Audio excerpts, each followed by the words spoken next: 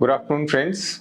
Today, on the occasion of the World Diabetes Day, 14th of November, we are going to briefly talk about diabetes. मेरा नाम doctor राजीवा Gupta है और मैं senior consultant internal medicine और diabetes में हूँ. I have been practicing medicine and diabetes for the last almost 40 years. The topic we'll cover into few sections, namely the prevalence of diabetes, the methods of monitoring of diabetes, the complications of diabetes, and the prevention.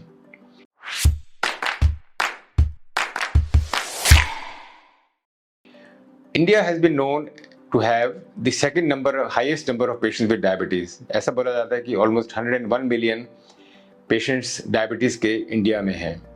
क्यों बढ़ता जा रहा है इसका prevalence इतना?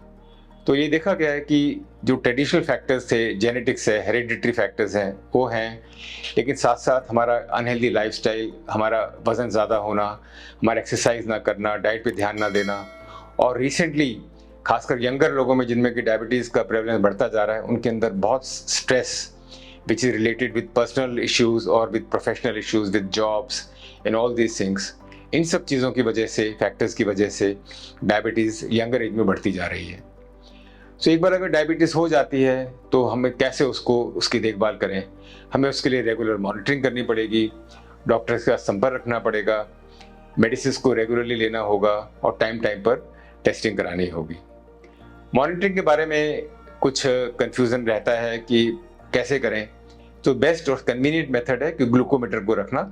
उससे हम different types पर शुगर चेक कर सकते हैं, जैसे हमारे डॉक्टर हमें एडवाइस करते हैं. खाली पेट कर सकते हैं, खाने के बाद कर सकते हैं, और टाइम टाइम पर लैब से भी कंफर्मेशन कर सकते हैं उसका. तीसरा टेस्ट होता है HbA1c, जो कि 3 महीने का एवरेज बताता है, और जो सारा प्रोग्नोसिस है जो शुगर का, वो इससे कनेक्टेड रहता है. HbA1c बताया जाता है कि जो 7% से कम हो, that is a good control. Out of all these methods, the lab test is the benchmark, जिसके अगेंस्ट हम सब कंपेयर कर सकते हैं. तो थोड़ा बहुत भेद हो सकता है. कई बार लोग कहते हैं कि हम लैब से कराते हैं, वो अलग होता है, और घर में करते हैं वो अलग होता है. So that is okay. So time time पर लैब जो घर वाला है, उससे हमें घर के ट्रेंड पता चलते हैं, हमें day to day doses adjustment का हमें उससे फ़ायदा होता है. लेकिन एक्चुअल रीडिंग जो रिलायबल है वो है लैब की रीडिंग्स. डायबिटीज को कंट्रोल करना क्यों ज़रूरी है?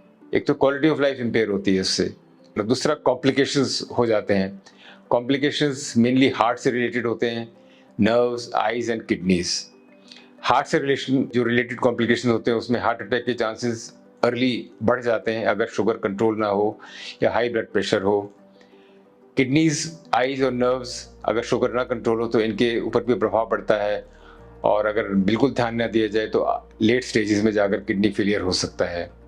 नर्व्स में जब इफेक्ट होता है तो कई बार सेंसेशंस का पता नहीं चलता, पैरों में कुछ चोट लग जाए, इंजरी हो जाए, उसका हमें एहसास ना हो, इन्फेक्शन होने का डर रहता है, और कई बार बिल्कुल ड्रास्टिक केसेस में कई बार एम्पुटेशन भी करना पड़ सकता है. इसी प्रकार आइज़ में जो हमारा रेटिना है उसके पास स्वेलिंग होने का रिस्क रहता है, और हमारी विजन कम होने का डर रहता है.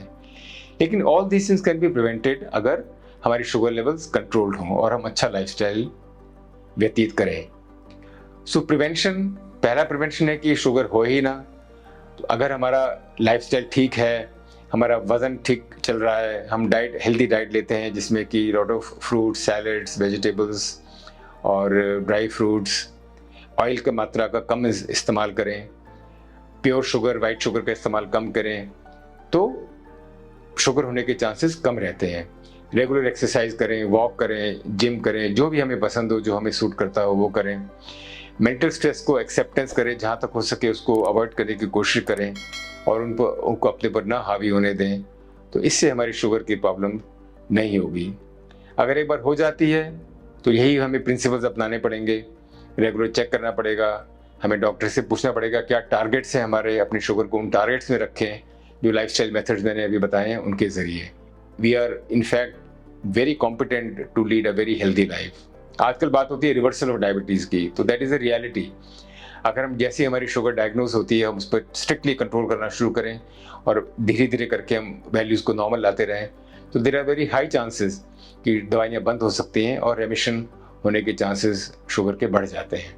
आज हमने डायबिटीज़ की बात की, आपको और किसी मेडिकल इश्यू पर अगर आपके सवाल हो, आपको देखना चाहते हो, आप कुछ इन्फॉर्मेशन चाहते हो, तो टाटा 1mg के चैनल पर उसको देखें, आपको ज़रूर उसका जवाब मिलेगा। Thank you.